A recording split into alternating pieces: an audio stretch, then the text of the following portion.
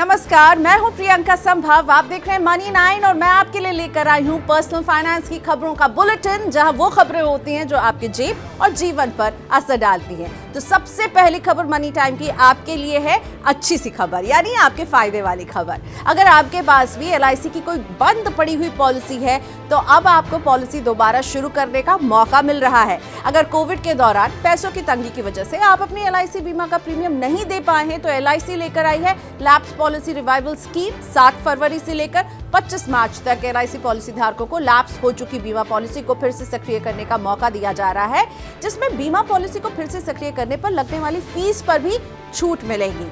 जिन policy की maturity पूरी नहीं हुई है उन्हें इस स्कीम के तहत आप फिर से शुरू कर सकते हैं। साथ ही में 5 साल से भी अगर आपने प्रीमियम भुगतान नहीं किया है तो आप इस पॉलिसी को भी रिवाइव कर पाएंगे। लेकिन ध्यान रहे, टर्म प्लान और हाई रिस्क प्लान इस छूट में शामिल नहीं है।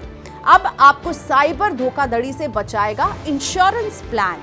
एयरटेल पेमेंट बैंक ने अपने ग्राहकों को ऑनलाइन फ्रॉड से सुरक्षा प्रदान करने के लिए ICICI लोम्बार्ड जनरल इंश्योरेंस के साथ साझेदारी की है। ICICI लोम्बार्ड का साइबर इंश्योरेंस सॉल्यूशन ग्राहकों को बैंकिंग, क्रेडिट या डेबिट कार्ड, फिशिंग और ईमेल से संबंधित संभावित वित्तीय धोखाधड़ी के खिलाफ वित्तीय सुरक्षा देगा। उपभोक्ता इस इंश्योरेंस को एयरटेल थैंक्स ऐप पर खरीद सकते हैं। ये इंश्योरेंस 0 वेटिंग पीरियड के साथ आता है और यूजर्स पॉलिसी अवधि के दौरान चुनी गई बीमित राशि की सीमा के भीतर कई बार दावे भी कर पाएंगे। अगली खबर, प्राइवेट मेडिकल कॉलेजों में पढ़ाई होगी सस्ती। नेशनल मेडिकल कमीशन यानी NMC ने प्राइवेट मेडिकल कॉलेजों और डीम्ड यूनिवर्सिटी में 50% सीटों की फीस और दूसरे शुल्क को तय करने के लिए एक नई गाइडलाइंस जारी की है।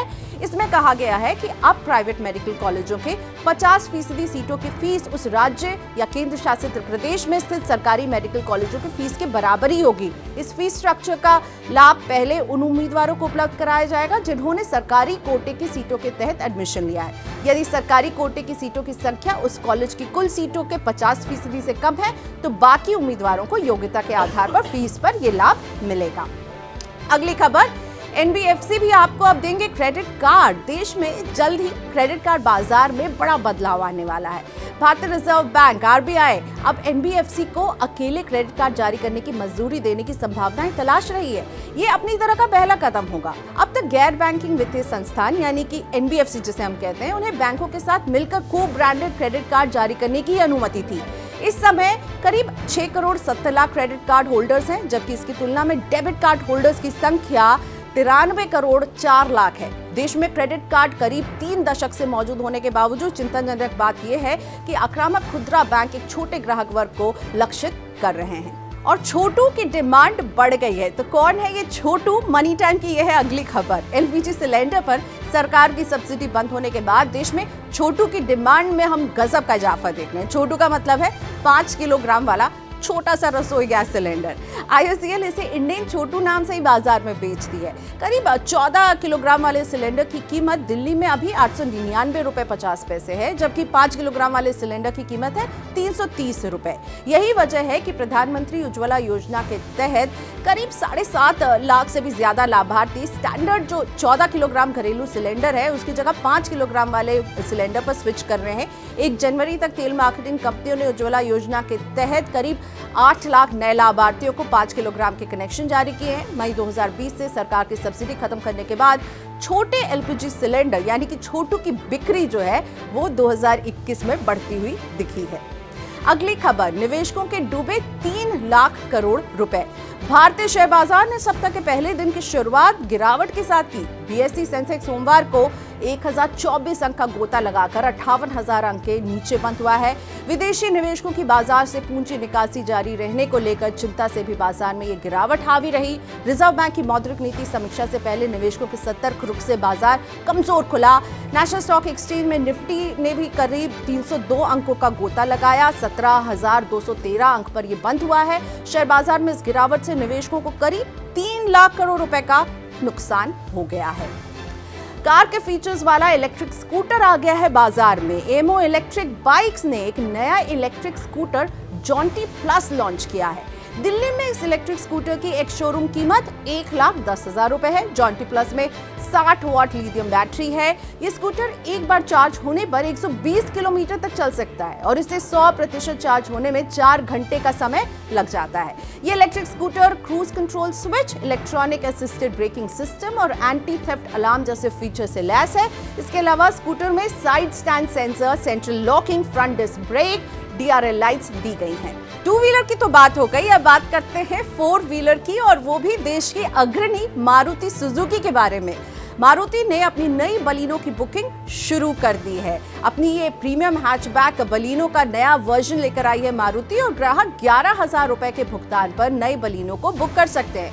बलिनो ब्रांड ने भारत में प्रीमियम हैचबैक को फिर से परिभाषित किया। बलिनो के अब तक 10 लाख यूनिट की बिक्री हो चुकी है। ये प्रीमियम हैचबैक सेगमेंट में अग्रणी है और लगातार देश में शीर्ष 5 सबसे अधिक बिकने वाली कारों में शामिल है। नई Baleno modern technology, advance feature से लैस होगी। कार में अगली पीढ़ी का K सीरीज पेट्रोल इंजन मिलेगा और इसमें स्टार्ट स्टॉप टेक्नोलॉजी को भी शामिल किया गया है।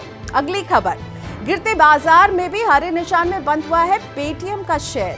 ग्लोबल फंड हाउस गोल्डमैन सैक्स के रेटिंग बढ़ाने के बाद पेटीएम का शेयर सोमवार को 4% से अधिक की तेजी के साथ 957 रुपए पर बंद हुआ है। गोल्डमैन सैक्स ने दिसंबर 2021 तिमाही के नतीजों के बाद पेटीएम की पेरेंट कंपनी 197 कम्युनिकेशन की रेटिंग न्यूट्रल से बढ़ाकर बाय कर दी है। मजबूत ग्रोथ आउटलुक और आकर्षक रिस्क रिवॉर्ड के मद्देनजर रेटिंग में ये सुधार किया गया है। गोल्डमैन सैक्स ने पेटीएम के लिए 1460 रुपए का टारगेट प्राइस दिया है। कंपनी को दिसंबर 2021 तिमाही में करीब 778 करोड़ रुपए का नुकसान हुआ है। आरबीआई ने मौद्रिक नीति समिति की बैठक एक दिन आगे बढ़ा दी है। आरबीआई ने इस तारीख को बदलकर अब 8 फरवरी कर दिया है। ये बैठक पहले 7 फरवरी से 9 फरवरी के बीच होनी थी। आरबीआई ने मौद्रिक नीति समिति की बैठक में ये बदलाव सोमवार को सार्वजनिक अवकाश घोषित होने के चलते किया है। महाराष्ट्र सरकार ने भारत रत्न लता मंगेशकर के निधन पर शोक व्यक्त करने के लिए 7 फरवरी को सार्वजनिक अवकाश घोषित किया है और आरबीआई ने कहा कि लता मंगेशकर के सम्मान में महाराष्ट्र सरकार द्वारा सार्वजनिक अवकाश घोषित करने के बाद एमपीसी की बैठक अब 8 से 10 फरवरी के बीच में होगी। अच्छी मांग के बावजूद यात्री वाहनों को सेमीकंडक्टर की कमी का खामियाजा भुगतना पड़ सकता है। सेमीकंडक्टर चिप की किल्लत के कारण ऑटोमोबाइल कंपनियों का उत्पादन प्रभावित रहने से यात्री वाहनों की खुदरा बिक्री 2022 में सालाना आधार पर 10% घट गई है। The federation of automobile dealer association यानी फाडा के अनुसार जनवरी 2022 में यात्री वाहनों की खुदरा बिक्री 10% घटकर 2,58,329 इकाई ही रही। इससे पहले जनवरी 2021 में 2,87,424 इकाई की बिक्री हुई थी। दोपहिया वाहनों की बिक्री भी पिछले महीने करीब 13.44% घटकर 10,17,785 इकाई रह गई है, जो कि जनवरी 2021 में 11,75,832 इकाई थी। पतंजलि आयुर्वेद ने पीएनबी के साथ मिलकर लॉन्च किया क्रेडिट कार्ड। पतंजलि आयुर्वेद और पीएनबी ने national payment corporation of India के साथ मिलकर को branded contactless credit card launch किया है। को ब्रांडेड कार्ड के साथ ग्राहकों को पतंजलि प्रोडक्ट की खरीद पर cashback, loyalty points, insurance cover आदि कई बेनिफिट्स के साथ आसान क्रेडिट सर्विस भी मिलेगी। कार्ड होल्डर्स को 2500 रुपए से ज्यादा के ट्रांजैक्शन पर 2% तक कैशबैक भी मिलेगा। इस कार्ड पर एक्सीडेंट, डेथ और पूर्ण डिसेबिलिटी इंश्योरेंस कवर भी दिया जा रहा है। और अब देते हैं आपको स्टार्टअप दुनिया की हलचल। गेमिंग स्टार्टअप अतिरथ ने सीड फंड राउंड में कलारी कैपिटल से वित्त पोषण हासिल किया है। कंपनी इस वित्त का उपयोग अपने उत्पादों का विस्तार करने, टीम को बड़ा करने और मेटावर्स के लिए तैयार होने के लिए करेगी। भारत में मोबाइल गेमिंग का बाजार अभी $2.2 अरब का है, जिसके 2025 तक $7 अरब तक पहुंचने का अनुमान है। द्वारा स्मार्ट गोल्ड ने भी सीड फंड राउंड में एक्सेलर और द्वारा होल्डिंग से $20 लाख की राशि हासिल की है। कंपनी अभी 70,000 उपभोक्ताओं को अपनी सेवाएं दे रही है। नई पूंजी का इस्तेमाल सोने पर केंद्रित माइक्रो सेविंग और अन्य वित्तीय उत्पादों को पूरे भारत में पेश करने के लिए किया जाएगा। और चलते चलते आपको देते हैं आईपीओ अपडेट। कोजेंट ई सर्विसेज लिमिटेड ने आईपीओ से पूंजी जुटाने के लिए सेबी के पास आरंभिक दस्तावेज जमा करा दिए हैं। कंपनी 150 करोड़ रुपए के इक्विटी शेयर जारी करेगी। ऑफर फॉर सेल में प्रमोटर्स 9,94,000 इक्विटी शेयरों की पेशकश करेंगे।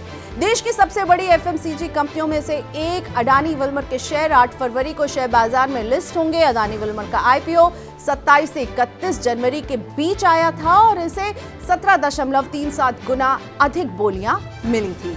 तो मनी टाइम के साथ इतना ही, लेकिन जाते जाते आपको बता दें कि मनी 9 पर हम आपके लिए लाते हैं फायदे के बहुत सारे सीरीज। आप बिल्कुल ना देखना भूलें मनी 9 पर। चैन की सांस, जागते रहो, 80-90 पूरे 100 और फॉर्मूला गुरु, क्योंकि ये आपकी जेब का ख्याल रखेंगे और आपको सही दिशा में फाइनेंशियल प्लानिंग करने की सलाह भी देंगे। तो जरूर देखें और अपनी राय हमसे शेयर भी करते रहिए। इसलिए बेहद जरूरी है कि आप मनी 9 के यूट्यूब चैनल को सब्सक्राइब कर लें और हमारे साथ जुड़े हमारे फेसबुक, ट्विटर और इंस्टा पेज पर भी। तो जुड़े रहिए मनी 9 के साथ।